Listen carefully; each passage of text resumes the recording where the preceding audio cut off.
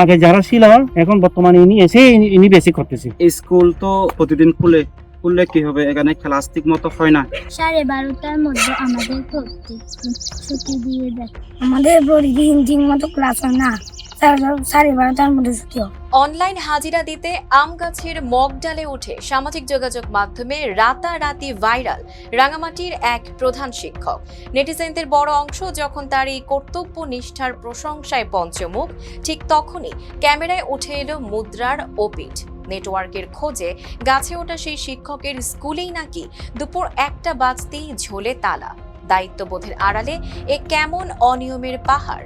গত 15 জুন রাঙামাটির বাঘাইছড়ি উপজেলার পাগজাছড়ি সরকারি প্রাথমিক বিদ্যালয়ের প্রধান শিক্ষক আবু তাহেরের আম গাছে ওঠার ভিডিওটি ভাইরাল হয়। অনেকেই পাহাড়ের বাস্তব চিত্র ভেবে প্রশংসায় ভাসিয়েছেন, তবে বাস্তবতা সম্পূর্ণ ভিন্ন। স্থানীয় বাসিন্দা অভিভাবকদের অভিযোগ, সরকারি নিয়ম অনুযায়ী সকাল 9টা থেকে বিকেল 4টা পর্যন্ত পাঠদান চলার কথা থাকলেও অধিকাংশ দিনই দুপুর 12টা থেকে 1টার মাঝেই শিক্ষার্থীদের ছুটি দিয়ে দেয়া হয়। সরকারিভাবে বরাদ্দ দেয় না প্রত্যেকটা স্কুলে, তারপরে কাজের সাথে আর ওনার ইয়ের সাথে কোনো মিল না। শিক্ষা অফিসারের কাছে জানাইছে, শিক্ষা অফিসার নিজে তদন্ত করে দেখছে যেটা অভিযোগ উঠছে ওটা ঠিক, ওই তবুও তো কিছু সূত্র না, একই অবস্থা। অভিযোগের সত্যতা যাচাইয়ে দুপুর 1টায় বিদ্যালয়ে গিয়ে দেখা যায় পুরো ক্যাম্পাস জনশূন্য এবং দরজায় ঝুলছে তালা।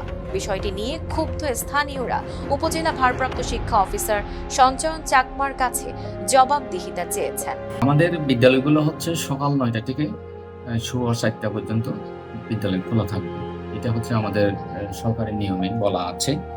তো এর পূর্বে যদি স্কুল ছুটি দিয়ে থাকে তাহলে সেটা হচ্ছে যদি এ ধরনের ঘটনা ঘটে থাকে তাহলে সেটা আমি উপজেলা ভারপ্রাপ্ত শিক্ষা অফিসার হিসেবে আমি ব্যবস্থা নেব, তো তাকে একটা সুপারিশ করাবো, সুপারিশের ভিত্তিতে উনি কি জবাব দেন তাকে সতর্ক করাবো।